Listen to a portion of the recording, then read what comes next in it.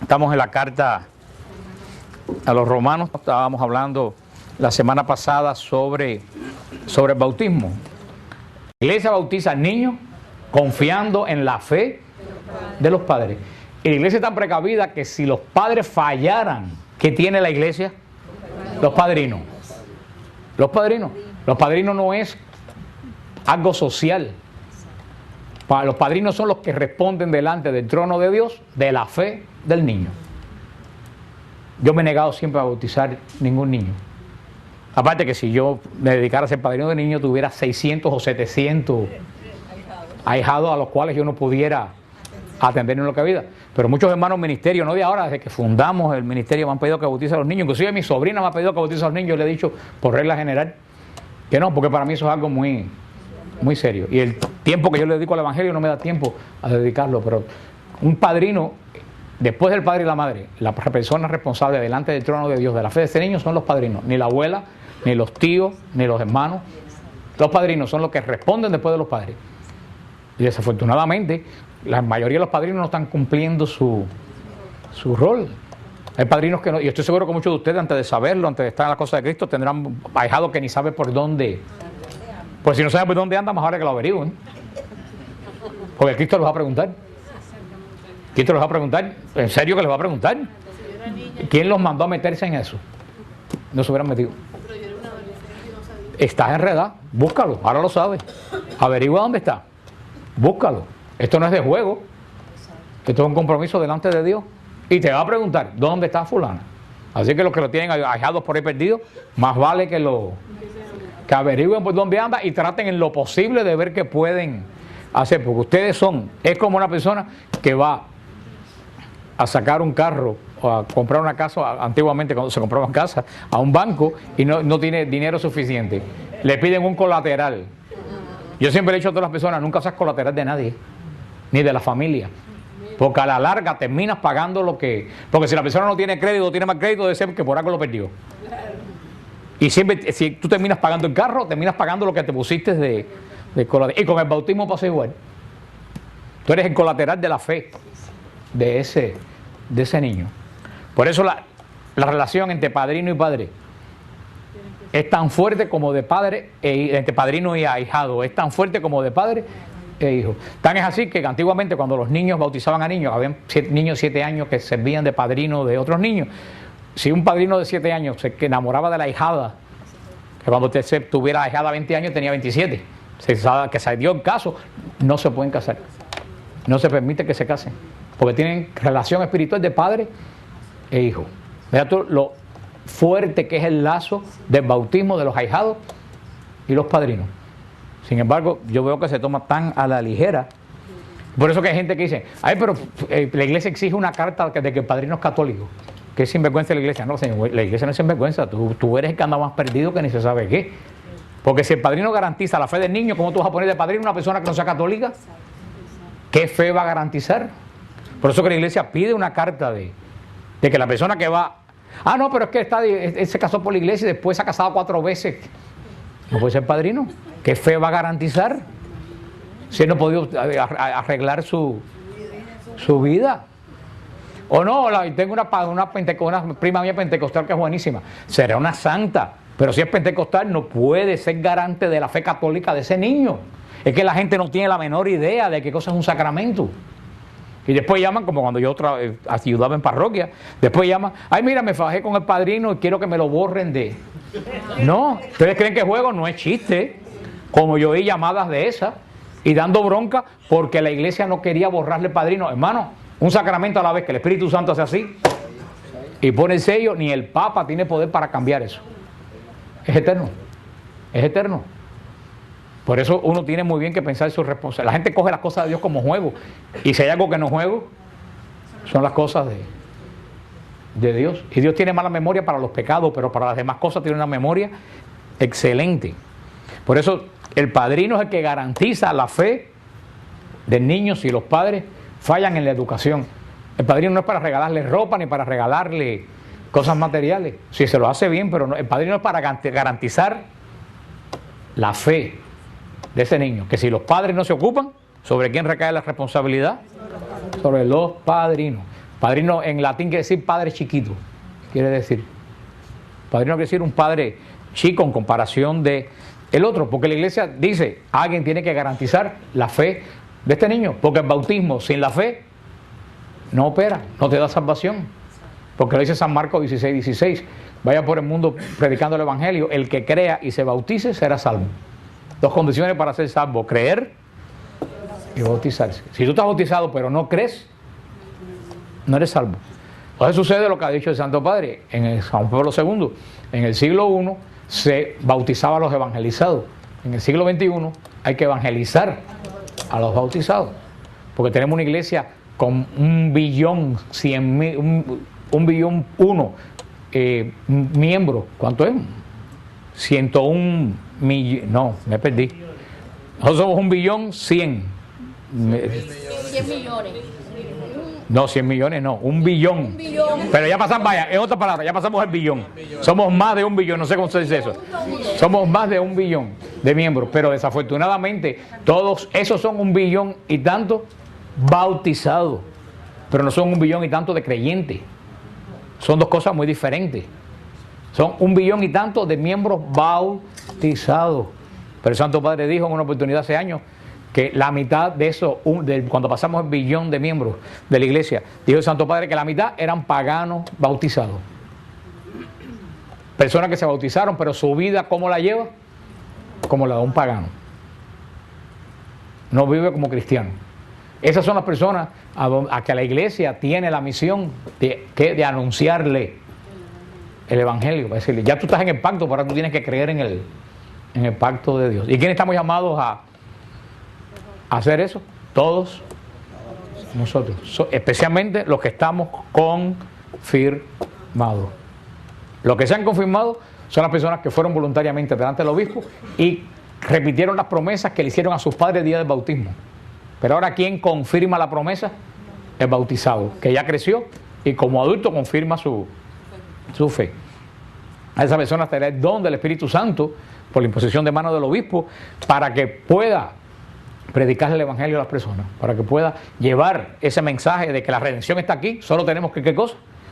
Que buscarla. Y en el jubileo del año 2000 el Santo Padre lo recalcó, que nosotros no podemos salir a evangelizar al mundo mientras no evangelicemos a la iglesia.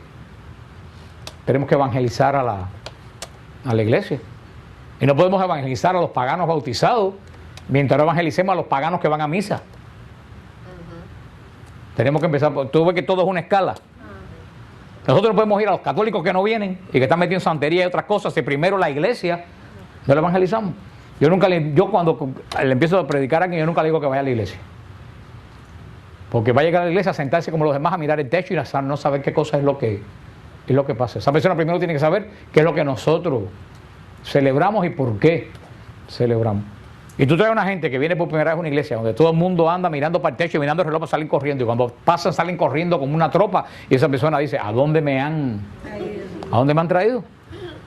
Por eso tenemos que empezar evangelizando a la iglesia, pero no la iglesia de Zambia ni la iglesia de Sudán, a la iglesia a la cual nosotros vamos. Tenemos que empezar a evangelizar a esa gente que vemos en misa mirando el reloj, que lo vemos en la misa medio desnudo, que lo vemos en la misa hablando con el celular, hablando unos con otros, con la risita. Esas son la gente que tenemos que empezar a evangelizar, como Sonia le hizo a las señoras aquellas en la iglesia en Puerto Rico, que le dijo, se callan la boca y voy a estar una semana viniendo aquí, así que cuando me vean más vale que se callen. Sí, tenemos que hacerlo con caridad, tenemos que hacerlo, pero esa es una forma de evangelizar. Si el párroco no lo dice, yo se lo tengo que decir con caridad y sin ninguna pena. El que debe tener pena es esa persona, no yo, que está distrayendo. Yo se lo he dicho varias veces a personas en San Judas, una pareja que siempre iba a hablar, y yo le dije, mira hermano, hay un parque precioso que al lado de la iglesia, con un Sagrado Corazón y con una Virgen María, vayan, no es que se lo dije muy en serio, vayan a ese lugar a conversar y dejen este lugar para los que venimos a orar. Así mismo se lo dije. Me interesa nada. ¿Cómo tú vas a estar con todo lo que orar y venir una gente a pararse delante de ti a ponerse a hablar porque no se ha visto en toda la semana? Cuando han entrado, se han sentado sin ni siquiera saludar. Esas son la gente que por caridad tenemos que evangelizar, porque alguien se lo tiene que decir. Dirán que es un pesado al principio, pero a la larga te van a dar la la razón. Una vez yo se lo digo a una persona que iba al grupo nosotros en San Gil y más nunca volvió al grupo, me tiene sin cuidado que no haya vuelto al grupo. Un día de resurrección estaba vestida indecorosamente y bajé del altar y dije, mira hermana, tú estás vestida para una discoteca, no para la fiesta del Señor. Punto. No volvió más al grupo, me importa un bledo. Yo hubiera pecado si dejo a esa mujer media desnuda en la iglesia, sin llamarle la atención. Eso es lo que tenemos que, eso es empezar a evangelizar a la iglesia, invitar a la gente que vayan a retiros, que vayan a... Yo estoy aquí porque una persona en la iglesia mía estuvo atrás de mí millones de años insistiéndome que fuera a un retiro, cuando yo dirigí el coro, tocaba el órgano nada más. Y esa persona estuvo detrás de mí, tuvo la paciencia detrás de mí, más de un año detrás de mí. Gloris Correa. Que el Señor guarde. Gloris Correa tuvo la paciencia de estar detrás de mí. Vamos, retiro, y yo que no, y para qué voy a hacer yo, y menos que lo de un cura, no lo de un laico, menos voy yo a hacer a un... Pero tanto me dio que fui. Así es como cada persona tiene que ir llevándole el mensaje que somos bautizados, que tenemos un compromiso con el Señor, que tenemos que conocer nuestra fe, pero somos nosotros los que tenemos que anunciar, porque el tesoro está ahí, la herencia está ahí, pero nosotros tenemos que proclamarla, tenemos que decirla, y es lo que nos llama continuamente el Papa. Por eso dice también aquí en 6:11, así también ustedes considérense como muertos al pecado y vivos para Dios en Cristo Jesús. No reine pues el pecado en su cuerpo mortal, dice el versículo 12. No reine pues el pecado en su cuerpo mortal, de modo que obedezca a sus apetencias. Niegan ya de sus miembros instrumento de injusticia al servicio del pecado, sino más bien ofrézcanse ustedes mismos a Dios como muertos, retornados a la vida, y sus miembros como instrumento de justicia al servicio de Dios. Pues el pecado no dominará ya sobre ustedes, ya que no están bajo la ley, sino bajo la gracia. Estas palabras de San Pablo son tremendas. Aquí lo llama esa persona que dicen que ya si tú eres salvo, no tienes todo lo que tú hagas está bien. Aquí lo dice San Pablo, no reine pues el pecado en su cuerpo mortal. Aquí lo dice. Él me decía, un muchacho con unos protestantes, eso lo dicen, unos protestantes le había dicho que ya él podía hacer lo que le diera su realísima gana porque el pecado había muerto. Entonces yo puedo violar a un niño y ya el pecado murió y yo no tengo ninguna responsabilidad. Eso es lo que están diciendo. Yo oí al Señor ese del Doral, al Cristo ese del Doral, decir que toma whisky, se emborracha y si tiene que ser adúltero lo es porque ya Cristo pagó por sus pecados. Hermano, eso es doctrina del demonio. El que se enseñorea ahí es el demonio. Y no lo dice solamente el Cristo del Doral. Hay mucha iglesia pentecostal de esa doctrina salvo siempre salvo, que están engañando y perdiendo almas. Lo dice San Pablo bien claro. No reine pues el pecado en su cuerpo mortal. Eso como me escribe un pobre hermano hoy a EWTN, que me dice que él se fue a confesar, pero que el sacerdote era muy viejito y los pecados que él tenía eran muy fuertes y él no quiso escandalizar al viejito, le dijo nada más que los pecados que eran más o menos suaves, que si eso estaba mal, que no quería escandalizar al viejito. Le dije, hay algo que yo no entiendo, a ti no te importa escandalizar a Dios que te vio pecar y te da pena escandalizar al viejito que te va a dar la reconciliación. Yo dije, ahí está el demonio, porque tenías que empezar porque tú tuvieras vergüenza de haber escandalizado a Dios que te vio. No el sacerdote que ya está de ir de vuelta, y si es viejo peor, está de ir de vuelta de cualquier cosa que tú le puedas decir, que no habrá oído en su vida pero mira tú cómo el demonio va manipulando a la gente para poner pecado sobre pecado. Y es lo que decía, hermano, a mí me sorprende, todos somos pecadores, a mí me sorprende que no tenemos vergüenza para pecar y tenemos vergüenza para reconciliarnos.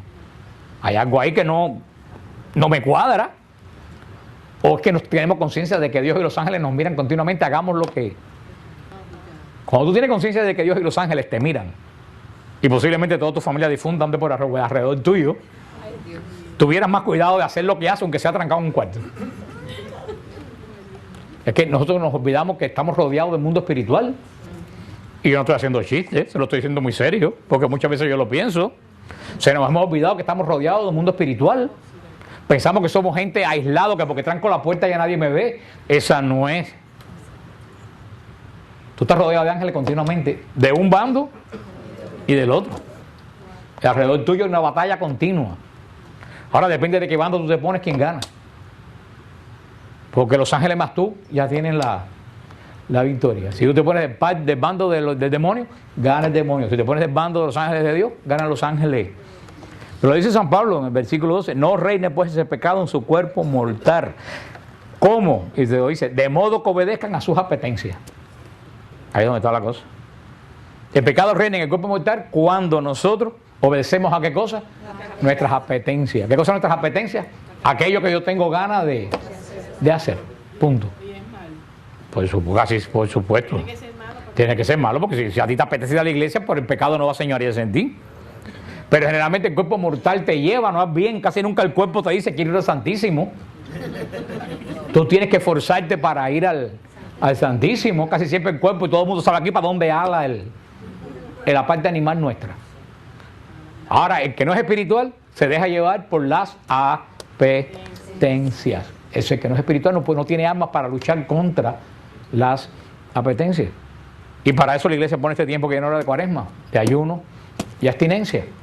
¿Para qué es ayuno y abstinencia? Para que tú puedas tener disciplina y tu espíritu pueda controlar a tu cuerpo. Que cuando vengan las apetencias, tú puedes decir, esté fuerte y digas no. No, se acabó. ¿Por qué? Porque ya te ejercitaste en el ayuno, en la abstinencia, que es lo que la iglesia llamaba antes la ascética, los ejercicios de ascética, que es negarse cosas no por el hecho de castigarme yo, sino para disciplinar a mi cuerpo, que él no me manda a mí, que mi espíritu es el que manda a mi cuerpo. No reine pues el pecado en su cuerpo mortal. Mortal no está hablando de pecado mortal, sino nuestro cuerpo de carne. No reine pues el pecado en su cuerpo mortal, de modo que obedezca a sus apetencias. Mientras más tú obedeces a las apetencias, más apetencias vienen y más a las apetencias te dominan. Y tú no sabes decir que no. Eso es lo que pasa con la gente que está en droga, en adicciones. Cada vez la apetencia lo va dominando más y llega un momento que no tienen voluntad.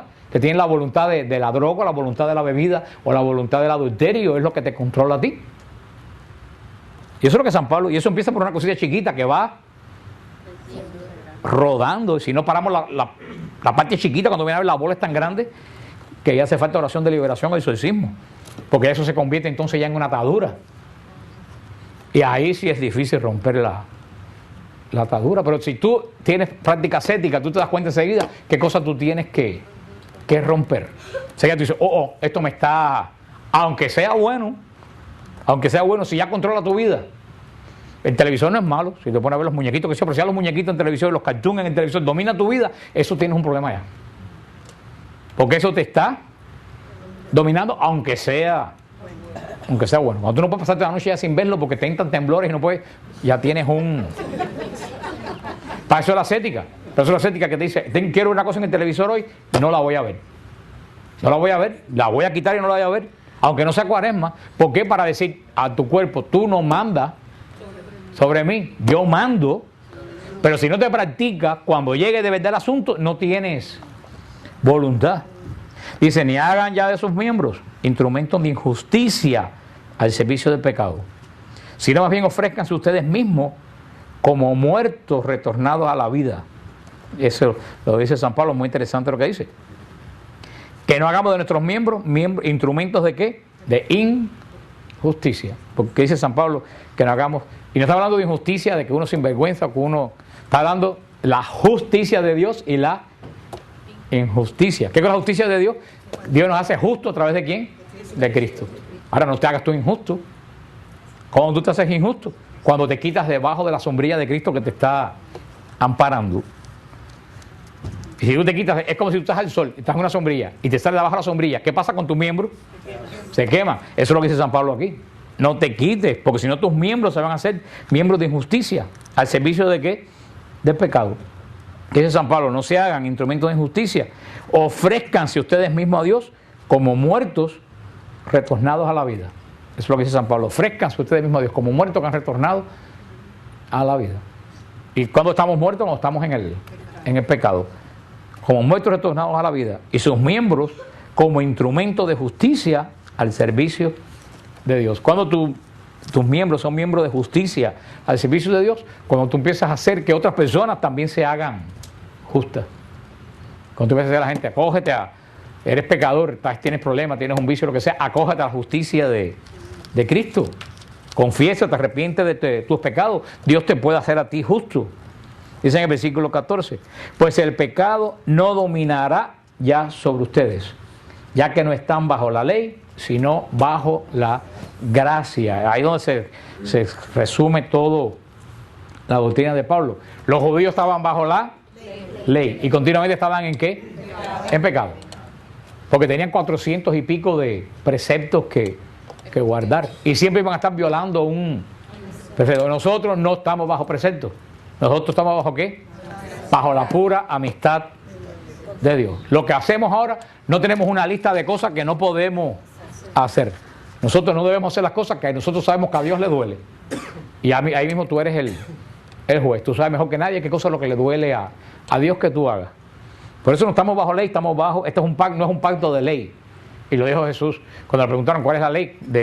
Claro que los judíos estaban acostumbrados a las leyes de Moisés. Le preguntó a Jesús cuál es la ley de este nuevo pacto. Jesús lo dijo: amar a Dios sobre todas las cosas y al prójimo sobre a ti mismo. Ahí se resume la ley y los profetas. Dice Cristo, en ese versículo, amar a Dios sobre todas las cosas y al prójimo como a ti mismo, se resume todo el Antiguo Testamento, de Génesis hasta los profetas mayores y menores. Ahí está resumida la ley. ¿Por qué? Primero, ¿tienes que amar a quién? ¿Sobre qué? Pues mira, a ver, lo dijeron ustedes. Más que al marido, más que a la mujer, más que a los hijos, más que al padre y a la madre. Esto parece una cosa dura, pero cuando tú amas a Dios sobre todas las cosas, el amor de los hijos, el amor del esposo, el amor de la esposa, el amor de los padres ocupan el lugar que le corresponde. Cuando tú sacas a Dios del medio y pones al hijo, a la esposa, creas un ídolo. Y ahí vemos la mujer o el hombre que es más mujer que madre. O la mujer o el hombre que es más madre o padre que esposa o esposo. Y las dos cosas son malas. Cuando Cristo está en el medio, se sabe en qué momento ser esposa, en qué momento ser madre, en qué momento ser esposo, en qué momento ser padre. Pero por eso dice amar a Dios, porque a través de Dios es como tú tienes balance de todo. Amar a Dios sobre todas las cosas. ¿Y cuál es el segundo mandamiento? Al prójimo como a ti mismo. Si tú ves en una cruz, amar a Dios para arriba, ¿no? Y amar al prójimo para los lados. Es una cruz. Tú no amas al prójimo para arriba, tú amas al prójimo. Y lo dijo Juan bien claro en la carta: si ustedes dicen que aman a Dios que no ven y no amas a tu hermano que ves, eres un mentiroso. Lo dice: ¿cómo vas a amar a Dios que no ves si al que tú ves no lo amas? San Juan es súper claro con lo que dice al prójimo, y el Señor nos da la medida. ¿Al prójimo cómo? No te dice como las bienaventuranzas ni como los 10 mandamientos, te dice como ¿qué? Como a ti. Tú eres la medida de cómo amar a los demás. No hay que coger clase de Biblia, no hay que coger curso de ministro laico, no hay que estudiar el catecismo. Eso se resume en una frase: no le hagas al otro lo que tú no quieres que te hagan a ti. Punto. Ahí, si tú sigues esa ley, te vas al cielo. Tan sencilla como eso. No me gusta que hablen mal de mí, no hablo mal del otro. No me gusta que en el trabajo me ponga una zancadilla a mí, no se la pongo al otro. No me gusta que me llamen nombre, no se lo llamo al otro. ¿Quién es la medida de cómo tratar al otro? Tú mismo. Ahora bien, para amar al prójimo como a mí mismo, tengo que empezar por amarme yo mismo. Porque si no me amo yo, ¿cómo voy a amar a los demás? Y ese es el problema que tiene mucha gente, que no se aman a sí mismos. Y ahí viene el problema. No pueden, el que no ama a los demás es que primero él no se ama.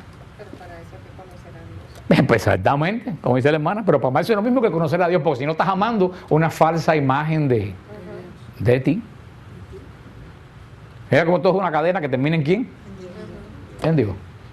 Tú tienes que comenzar, y esto no es egoísmo, esto es realidad, tú tienes que comenzar amándote a ti mismo, porque en la medida que tú te ames a ti, tú vas a poder amar a los demás. Cuando tú estás peleado contigo mismo, no puedes amar a nadie.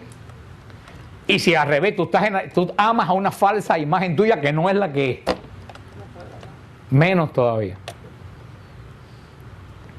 Yo estaba leyendo el otro día y mira tú si es cierto, y es cierto, hagan la prueba, yo le hice para ustedes vean. Mírense en el espejo y quítense del espejo y traten de recordarse como ustedes lucían en el espejo. al segundo. No lo van a poder. Créanme que no van a poder recordar como lo hacían ustedes. Mírate a un espejo y quítate del espejo y trata de recordarte cómo lucías el segundo que te miraste antes. No, cuando te vuelves a mirar no es como, no te puedes acordar cómo tú lucías. Si tú no puedes ni siquiera recordarte cómo tú lucías en el espejo, ¿cómo tú puedes pensar que tú de para mañana te puedes conocer a ti mismo? Como decía la hermana, el único que te hace a ti conocerte verdaderamente quién eres tú es Dios. Por eso los primeros días de la conversión es tan difícil. Los primeros días de la conversión no es fácil, porque Dios te enfrenta como tú eres y tú te quedas sin aliento. Tú dices, wow, yo soy así. Y ahí viene el proceso de querer cambiar todo eso, y es un proceso largo. Es un proceso largo, pero ese es el comienzo de la conversión. Hay gente que se muere y nunca en la vida se ha convertido porque no se conoce a sí mismo. Si no se conoce a sí mismo, no puede amar a los demás. Pero es sencillo si tú vienes a ver desde el punto de vista teológico, no es nada complicado. Amar a Dios sobre todas las cosas y al prójimo como a ti mismo. Dos mandamientos, y ahí se resume, porque si ustedes ven los 10 mandamientos, son 3 mandamientos hacia Dios y 7 hacia los demás. Amar a Dios sobre todas las cosas, no tomar el santo nombre de Dios en vano, santificar la fiesta. ¿A quién van dirigidos eso? ¿Cuáles son nosotros? No robar, no matar, no fornicar, no envidiar. ¿Eso está relacionado con quién?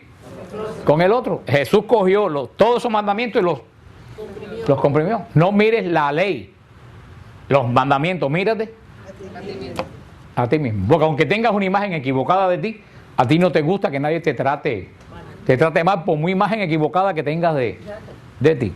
Al prójimo como a ti mismo. Ahí es como dice San Pablo, ya no están bajo la ley, sino están bajo la gracia, bajo la amistad de Dios, porque es la amistad de Dios.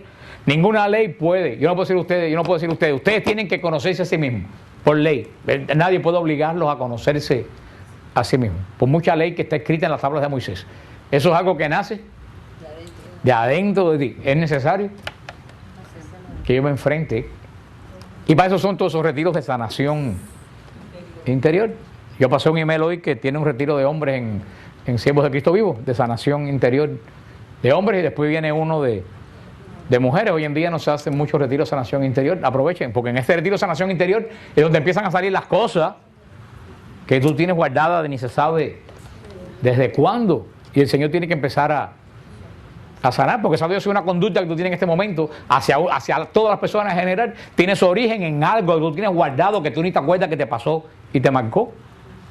Una mala experiencia de joven con un novio, con una amiga, y tú no le diste importancia, pero eso te marcó. Eso te impide que tú te vuelques a otra persona de esa forma, porque tienes esa herida dentro de ti, espiritual. Para eso son los retiros ese. Voy a pasar de hombres, cuando vengan de mujer lo pasaré. Aprovechen esos retiros, porque poco se dan en la iglesia, retiros de sanación interior. Y créanme, el 90% de la gente necesita sanación interior. Poca gente conozco yo que no necesiten sanación interior. Hasta los más santos, hasta una monja carmelita necesita sanación interior, porque todos estamos marcados por cosas que en la vida, y lo triste caso es que tú te olvidas de eso, pero la herida sigue ahí, y tú no sabes por qué actúas de una forma, y el origen está en eso, porque ya no estamos en ley, sino gracia. Estamos bajo el pacto de la gracia, bajo el pacto de la amistad de Dios. Sigue diciendo Pablo en el versículo 15. Pues ¿qué? Pecaremos porque estamos bajo... Aquí es la respuesta a esa gente que dicen que no hay pecado ya. Dice San Pablo, pues ¿qué? ¿Pecaremos porque no estamos bajo la ley sino bajo la gracia? De ningún modo. ¿No saben que el que ofrece a alguno como esclavo para obedecerle se hace esclavo de aquel a quien obedece? Bien del pecado para la muerte, bien de la obediencia para la justicia. Dice San Pablo que el que ofrece a alguno como esclavo para obedecer, se hace esclavo de ese. ¿Qué es lo que quiere decir San Pablo? Lo más común, bueno, no, vamos a poner algo que no sea la bebida o la droga, el odio. El odio es una esclavitud. Tú odias a alguien y ¿de quién te hace tu esclavo? ¿De que estás odiando? Tú eres esclavo de que estás odiando. El odio ata más que el amor. Aunque tú creas que esa persona, tú no quieres estar con esa persona, si tú lo odias, tú estás más amarrado a esa persona que si lo amaras. De verdad que sí que se los digo. Ustedes viven en función del odio a esa persona.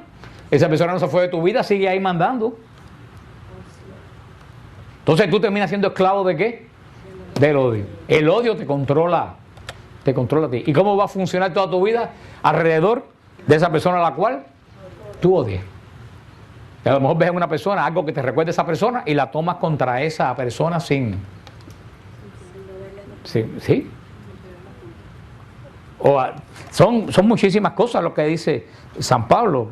Generalmente cuando uno tiene una cosa mala como esa, termina siendo esclavo de esa cosa. Dice, nosotros no tenemos que obedecer al pecado de la muerte, sino a la obediencia para la justicia. Pone San Pablo aquí lo que hablamos de Adán y de Eva. Adán desobedeció, ¿y qué fue lo que trajo? La muerte. Cristo obedeció, ¿y qué trajo? La vida. Aquí es lo que pone San Pablo. No estamos para la muerte en el pecado, sino para la obediencia por la justicia. Es lo que dice San Pablo. No podemos vivir en la desobediencia. La desobediencia engendra muerte. Todo el que vive en desobediencia vive muerto. Y esas son la gente que vive en el mundo lleno de angustia, de problemas, de enredo, que si aquel me miró, que si aquel no me dijo, que si yo creo que le caigo mal a este, que si porque aquella no dijo, no me invitó. Son la gente que no tienen paz para vivir. No solo en la familia, porque también en la familia mortifican cantidad, sino en el mismo grupo de oración, en la misma iglesia. ¿Qué daños hacen esas personas? Que yo creo que no vengo más porque aquel me dijo que no hago esto, porque yo creo que aquel pensó que yo. Son esclavos de la muerte, porque eso engendra muerte espiritual, hieren a personas, acaban ministerios, desunen familia. ¿Cuántas personas en la familia que si no me llamó, que si me llamó es porque está investigando, que si no me llamó es porque no le... Entonces tú no sabes si llamar o si no llamar, esa persona engendra muerte. Y cuidado, porque ahora este caso no es para hablar de esas personas que no están aquí. Este caso es para hablar de ti que estás aquí. No seas tú que estás engendrando muerte. Dice San Pablo, el redimido a través de la obediencia, ¿qué es lo que engendra? Justicia. Bueno, la justicia no es la justicia de juez. La justicia quiere decir que Dios nos hace justos, agradables a Él. A través de tu obediencia a Dios, tú haces que tú seas y las otras gente como agradables. Sigue diciendo en el versículo 17, pero gracias a Dios, ustedes que eran esclavos del pecado, han obedecido de corazón al modelo de doctrina al que fueron entregados. Y liberados del pecado, se han hecho esclavos de la justicia. Dice San Pablo que nosotros hemos obedecido, ¿qué cosa? De corazón, ¿a qué? Al modelo de la doctrina a la cual fuimos entregados. ¿Cuál es la doctrina a la cual nosotros hemos sido entregados? El Evangelio. El Evangelio, estamos hablando de doctrina. La doctrina que hemos sido entregados es el Evangelio. Hemos sido entregados al Evangelio de Cristo. Hemos sido entregados al Evangelio de Cristo. Entonces tenemos que amoldarnos ¿a qué? Al Evangelio de Cristo. Por eso que si una persona no conoce el Evangelio, ¿a qué doctrina se va a amoldar? A su propia doctrina. Lo que dice, yo soy católico a mi manera. Entonces se adapta a la doctrina que él cree que es, pero eso no engendra justicia, porque no es la doctrina de Cristo. Por eso hay que enseñar y hay que estudiar el Evangelio, como se lo dijo a ustedes. Ustedes quieren caminar en perfección en justicia, amóldense al sermón del monte. Estudien ahora en la cuaresma todos los días el sermón del San Mateo 5 y 6. Estúdienlo. No solo la bienaventuranza, el sermón completo, y traten de ajustar su vida a esa doctrina. Lo dice San Pablo, se lo repito. Pero gracias a Dios ustedes eran esclavos del pecado, han obedecido de corazón al modelo de doctrina a que fueron entregados. Y liberados del pecado se han hecho esclavos de la justicia. Antes eran esclavos del pecado. Hacían lo que el pecado quería. Ahora ustedes son esclavos ¿de qué? De la justicia. ¿Qué es lo que hacen? Lo que Dios quiere. Cuando eran esclavos del pecado, ¿qué engendraba alrededor? Muerte. Ahora que son esclavos de la justicia, ¿qué engendran alrededor? Vida. Esa la persona cuando estabas en pecado no se quería arrimar a ti, porque lo único que repetía alrededor era muerte de cualquier tipo. Y ahora esa misma gente que te conocen, dices, wow, qué clase de cambio ha dado esta persona. Ahora vienen y te piden oración cuando antes te huían. Eso quiere decir que tú has cambiado de pecado, has cambiado la obediencia del pecado a la justicia. Pero hermano, eso se tiene que notar. Si no se nota, no existe. Porque si algo que se nota enseguida es la acción del Espíritu Santo en la persona. La acción del Espíritu Santo no se puede ocultar. Enseguida que una persona ha entrado en una conversión a través del Espíritu Santo, tú enseguida lo notas. En lo que dice, aunque no diga nada, tú lo notas que la mirada le cambió, que la cara le cambió, que la forma de actuar le cambió. Eso es lo que dice San Pablo aquí. Dice San Pablo en el versículo 19 para terminar. Hablo en términos humanos, en atención a su flaqueza natural. Pues se ofrecieron sus miembros como esclavos a la impureza y a la iniquidad. Por la iniquidad, ofrezcanle igualmente ahora la justicia para la santidad. Entonces dice San Pablo, si ustedes cuando eran sinvergüenzas de verdad, ahora sean santos de verdad. Porque eso es lo que me maravilla. La gente para ser malo tiene toda la energía del mundo, pero a la hora de ser santo, ay, no tengo esto que hacer, no tengo lo... Y como para el pecado tú te saltabas por encima, familia, mujer, hijo, lo que fuera, para ir a tomar o para ir a pecado. Pero ahora para Dios, no puedo por esto, no puedo por aquello, no puedo por acá. Eso es lo que dice San Pablo. Tal como eras esclavo del pecado, hazte esclavo ahora de la justicia. Porque si el pecado te llevaba a la muerte, la justicia te lleva, no a la vida, algo un poco más, a la santidad. Porque la santidad es un poco más que la vida. Hay gente que están vivos y no son santos. Y el Señor no solamente quiere a la gente viva, el Señor quiere a la gente santa. Ahí es donde está el problema. La justicia. Si tú te empeñas tal como te empeñabas en hacer el pecado, te empeñas en hacer la obra de Dios, vas a llegar a la santidad. Pero vuelvo ahí es donde está el problema. Ahí es donde el demonio se hace zafra. ¿Por qué? Porque están los ángeles luchando en un territorio y tú para dónde te mueves, para donde están los demonios. A la vez que tú te pones del bando de los demonios, ya perdieron los buenos, los ángeles de Dios. Por eso tú tienes que decir en qué bando yo me estoy. Mientras tú te muevas en el bando de los ángeles de Dios dan la batalla por ti. Pero tú tienes que ver en qué. Eso es lo que le pasa a las personas que no son espirituales, que no saben en qué bando se están moviendo. Tú tienes que saber en qué bando me estoy moviendo yo en esta batalla espiritual. Porque yo digo, yo veo a la gente que no tiene límite para pecar, pero cuando se convierten, empiezan a tener límite para la santidad. Entonces tú dices, aquí hay algo como que no. Tuve que ir, no es porque sea pecado, pero por ejemplo, viene a cantar un artista famoso a Jensen Ice Center, no importa que llueve, que haya tornado, todo el mundo va. Viene un predicador, hay grupos, caen 3 gotas de agua y la misma gente que va a cualquier lugar de aquello ya no viene porque está lloviendo. Entonces tú dices, entonces el demonio alaba más en tu vida que los ángeles de Dios. Porque es lo que ¿y por qué? Por lo mismo, lo que hablamos. La carne de nosotros casi siempre tira ¿para dónde? Para el mal. ¿Y por qué nuestra carne tira para el mal? Por la palabra aquella famosa. Por la concupiscencia. Por la concupiscencia nuestra carne tira mal. ¿Por qué? Porque estamos marcados por el pecado porque nacimos sin gracia y eso ya no nos marcó. Tenemos ese defecto que lo llena la gracia cuando nos bautizamos, pero si no tenemos continuamente, si no renovamos la gracia, por el otro lado están continuamente tratando de quitarte la gracia, el cuerpo, entonces siempre, si tu cuerpo tiende mal y los demonios te están jalando para acá y tú no tienes algo que te hale para allá, ¿cómo crecemos en la gracia? Los sacramentos. Esa es la fuente de la gracia. Sobre todo la confesión y la Eucaristía. Esas son las fuentes de toda gracia. Y después de los sacramentos, la oración es fuente de gracia. Después de la oración, el estudio de la palabra. Pero por orden, la primera fuente de gracia son los sacramentos. Y de los sacramentos, la confesión y la Eucaristía. Los sacramentos, porque acá si tú te confiesas, tú naces de nuevo. Vuelves a pasar de la muerte a la vida. Y la Eucaristía porque es la plenitud de la vida. Está toda la fuente de la gracia. Hay más fuentes secundarias de gracia. La oración es fuente de gracia. Pero de nada te va la oración si tú estás en pecado. Y después de la oración, que es la segunda fuente de gracia, la tercera fuente de gracia, la lectura de la Escritura. Por eso que la iglesia todos los días, en la oración de la iglesia, en los laudes, y en todo eso, siempre se lee la palabra de Dios. Aparte que tienes que conocer la palabra de Dios, porque como dijimos ahorita, si no conoces la palabra de Dios, ¿a quién tú te vas a amoldar? No te puedes amoldar a nadie.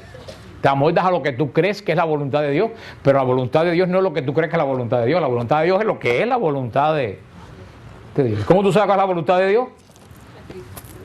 Aquí está, punto, no hay nada más. Aquí está expresada la voluntad de Dios. Si no conoces esto, no conoces la voluntad de Dios. Terminas haciendo tu propia voluntad creyendo que agradas a Dios, que ese es el problema de mucha gente. Que hay mucha gente que tú dices, bueno, ¿dónde te sacó que lo que está haciendo es agradable a Dios? Si aquí no lo dice.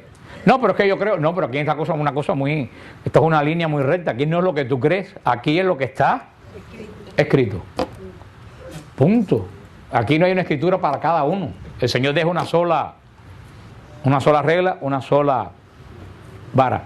En estos 5 minutos que quedan, solamente voy a explicar una cosa que me han preguntado varias veces, que es importante que ustedes sepan sobre la palabra Yahvé y la palabra el Señor.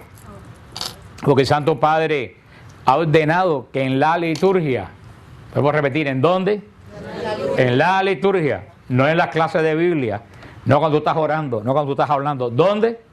En la liturgia. No se mencione a Dios con el nombre de Yahvé.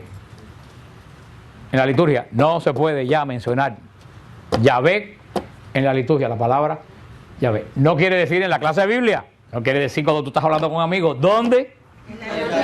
¿Y qué cosa es la liturgia? La misa. El bautismo. El Santo Padre no quiere que se pronuncie. Ustedes dirán, bueno, ¿por qué el Santo Padre no quiere que se pronuncie la palabra? Que me preguntaban, ¿está prohibida la palabra Yahvé? No está prohibida la palabra Yahvé. El Santo Padre ha dicho que no se use. ¿Dónde? En la liturgia. ¿Lo entendieron? Sí. Ahora si yo digo aquí porque Yahvé dijo, estoy en pecado mortal. No. ¿Dónde es? En la liturgia. Eso es lo que dijo el cable, pero aparentemente nadie lo lee. Entonces el Papa dice una cosa y todo el mundo dice todo lo contrario a lo que dijo el Papa cuando está escrito en blanco y negro. Yo es que digo, yo no sé, la gente lee al revés todo lo que dice la iglesia. La iglesia todo lo escribe en blanco y negro. Lo tenemos escrito ahí y terminamos diciendo algo que no fue lo que la iglesia escribió. ¿Por qué el Papa dice que en la liturgia no se debe pronunciar el nombre de Yahvé? Primero porque el nombre de Yahvé no existe. Como tampoco existe el nombre de Jehová. No es menos existe el nombre de Jehová, pero de Yahvé tampoco. Antes del concilio, lo que íbamos a la iglesia, antes del concilio, sabe que nunca en la iglesia, antes del concilio, se mencionaba la palabra Yahvé. No se decía Yahvé es mi pastor. ¿Cómo se decía? El Señor es mi pastor. Se decía el Señor, porque así tradujo San Jerónimo la Vulgata latina. ¿Cuándo se empezó a cambiar el Señor por Yahvé? Después del concilio Vaticano, cuando tantas cosas raras empezaron a pasar en la iglesia. ¿Y por qué el Papa no quiere que se use en la, ¿dónde? Liturgia, en el nombre de Yahvé, porque Dios no tiene nombre. Cuando Moisés le dijo en la zarza, ¿a quién tengo yo que decir que me envía? Dime tu nombre. Dios le dijo un nombre. No, le dijo una definición. Yo soy el que soy. Eso es una definición. Eso no es un nombre. Porque el Señor que le quiso decir a Moisés, yo no tengo nombre, porque soy yo único. Yo soy. Porque ¿para qué se usa el nombre? Para diferenciar. ¿Hay más dioses?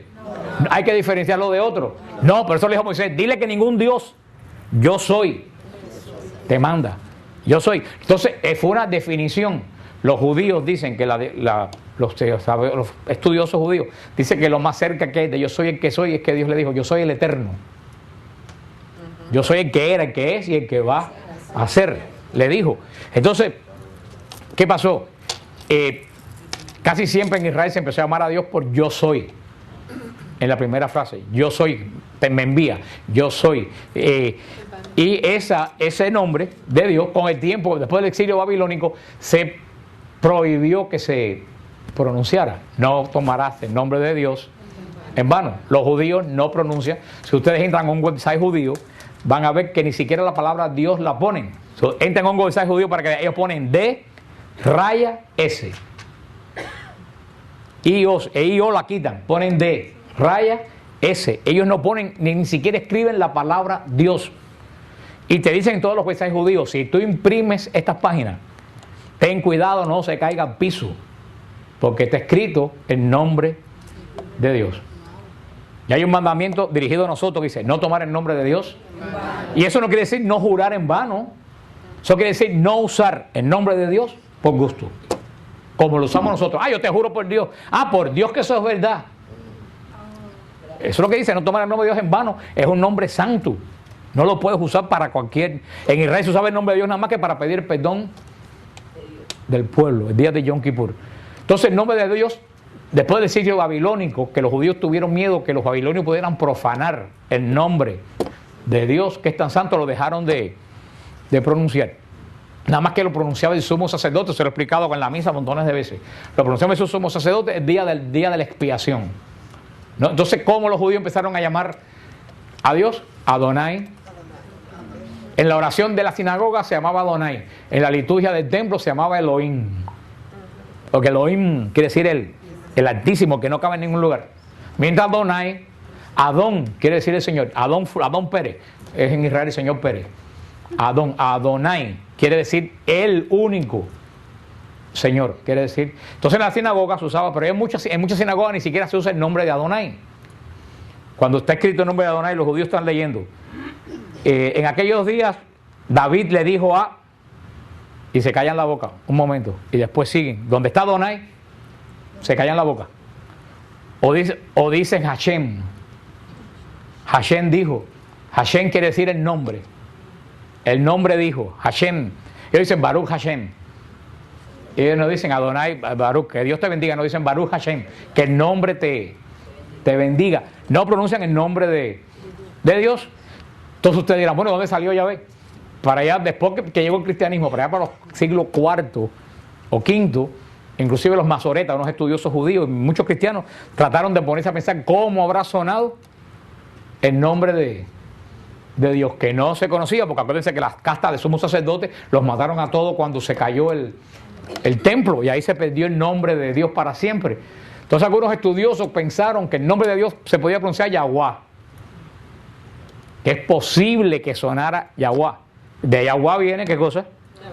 Yahvé. Y de una corrupción de Yahuwah viene Jehová, que no tiene menos que ver todavía, pero no es un nombre propio que Dios ha pronunciado. ¿Ustedes entienden lo que le quiero decir?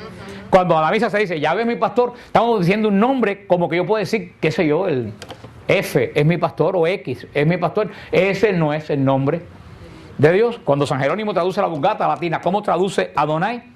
El Señor. Y así se dijo por todo el tiempo, por eso dice el Papa. Nosotros no somos una cosa que salió rara por ahí, tenemos una continuidad, como dice San Pablo. ¿Dónde está la continuidad de la iglesia? En Israel.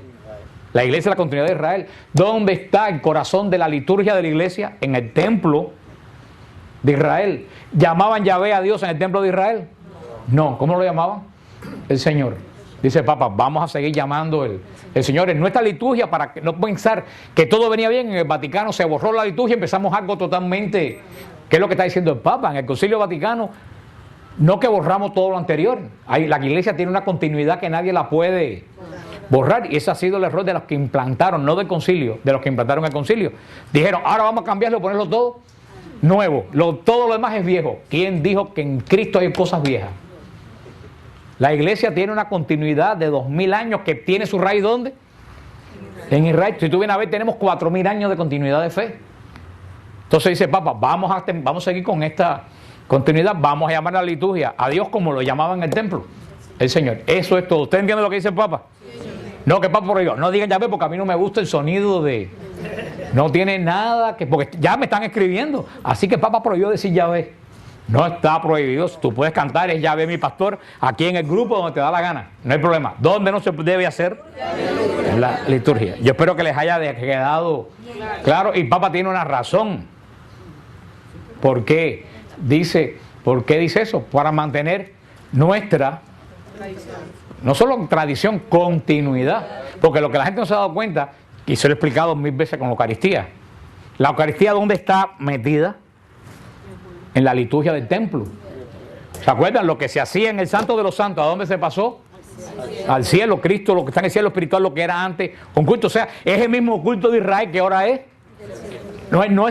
Cristo no inventó un culto diferente, es el mismo culto del templo que se pasó a la plenitud del cielo, de donde viene la Eucaristía. Por eso si ustedes se ponen a pensar, nosotros los católicos somos el templo. ¿Y tú sabes qué son los protestantes? La sinagoga. No estoy haciendo un chiste. No estoy haciendo un chiste. Los protestantes son la sinagoga. En el templo había liturgia. ¿Qué tenemos en la iglesia? Liturgia. En la sinagoga no hay liturgia, nada más que van y estudian la palabra. ¿Qué hacen los protestantes? Van y estudian la palabra, no tienen liturgia. No, vaya, no es un chiste, yo me puse a pensar, nosotros somos el templo. Y ahora sí es un chiste, agárrese a la peluca. Por lo que les voy a decir. Ahora Lucía te puede reír porque era un chiste. Lucía está desconcentrada. Ella se ríe cuando yo no hago chiste y cuando hago chiste se queda así, mira. Entonces digo, ella no me entiende. Tú no me entiendes mi risa. Yo entiendo, tu risa es espiritual. Tienes el don hay un don del Espíritu Santo puede que sea que es la santa risa. Bueno, a veces aquí el Señor nos ha dado la santa risa, lo único que nos faltaba para terminar de enloquecer todo el mundo. Hay una cosa por ahí que dice que es la santa risa, que la gente no para de reírse y dice que es un don del Espíritu. El problema es que como yo no tengo ese don, ahora no sé si se están riendo porque no entendieron lo que dije, o si es un don del Espíritu Santo. Pero bueno, ahí yo tendré que pedir discernimiento. Pero lo que le iba a decir es que se agarre la peluca. ¿Dónde nació la sinagoga? ¿Dónde nace la sinagoga? A ver. ¿Eh? Los pueblos lejanos al templo. ¿Dónde? ¿Dónde del país? ¿En qué país nace la sinagoga? En Nueva York. Mira, te voy a dar con la Biblia en la cabeza, ¿no? Por eso hay que se agarrar a la peluca. La sinagoga nace en Babilonia. Los protestantes que dicen que nosotros somos Babilonia. La sinagoga nace en Babilonia. Ellos son Babilonia. ¿Tú sabes por qué la sinagoga nace en Babilonia? Cuando Israel se lo llevan a Babilonia, ¿qué pasó con el templo? No había templo. Entonces no podían tener culto. Entonces se reunían en Babilonia y se ponían a ¿qué? A estudiar la palabra de Dios y a orar. Cuando ellos regresan a Israel, antiguamente, antes del exilio babilónico, no había sinagoga. Ellos subían 5 veces ¿a dónde? Al templo. Si no subían al templo, cada cual en su casa leía la palabra. Cuando ellos regresan desde Babilonia, empiezan a hacer en los pueblos lejanos lo que hacían antes en Babilonia. No tenemos templo, vamos a reunirnos, leemos, explicamos y después subimos al templo. Pero la sinagoga nace de Babilonia, pero el corazón judío no es la sinagoga. El corazón judío, ¿qué cosa es? El templo. ¿Por qué hoy en día el corazón judío es la sinagoga? Porque no hay templo. Al acabarse el templo pero ya no pueden, ellos no tienen sacrificio, ellos no tienen adoración, ellos solamente oran, como en el grupo oración y la misa es la gran diferencia. Ellos no tienen adoración, ellos no tienen ningún culto, porque al no poder sacrificar no pueden adorar, porque grábense esto en la cabeza y yo lo digo en el caso de la Eucaristía, no hay adoración sin sacrificio. Todo sacrificio, toda adoración, desde la época de los patriarcas, toda adoración va ligado ¿a qué? A sacrificio. Por eso los protestantes tienen sacrificio. No, solamente tienen enseñanza. Ahí no hay adoración. Que es lo que yo explico continuamente, hasta a veces algún día alguien entiende lo que quiero decir. Pero fíjense, ya lo último que le voy a decir para pasar los anuncios, que yo lo estaba estudiando el otro día. El verdadero judaísmo inclusive ya se acabó. No es verdadero judaísmo. ¿Por qué se acabó el verdadero judaísmo? El verdadero judaísmo estaba basado ¿dónde? En la Torá. Punto. El judaísmo de hoy en día, ¿en qué está basado? Como anda cerca. Como anda medio en el Talmud. Y la Mishnah, pero principalmente en el Talmud. El judaísmo hoy en día es un judaísmo talmúdico. ¿Y tú sabes de dónde viene el Talmud? De Babilonia. Eso lo leí de un judío que lo escribió y yo dije, wow. Y no lo dije, lo escribió un judío y dice, el judaísmo se acabó, porque el judaísmo que hoy en día es talmúdico. Y el judaísmo talmúdico viene de Babilonia. El judaísmo de la época de la Torá, de la ley de Moisés pura, casi no existe ya. Casi todos los judíos, ¿a dónde van? Al Talmud. O a la Mishnah, pero casi siempre al Talmud. ¿Y qué es lo que es el Talmud?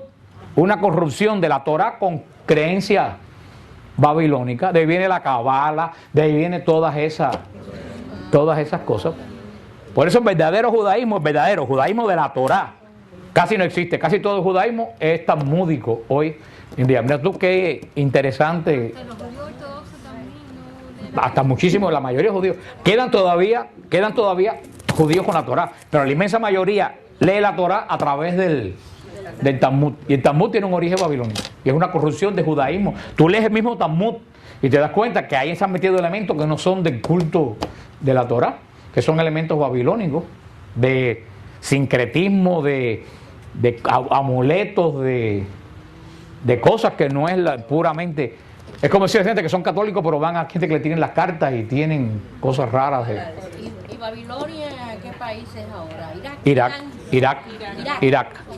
es Babilonia es Irak. Así que con este dato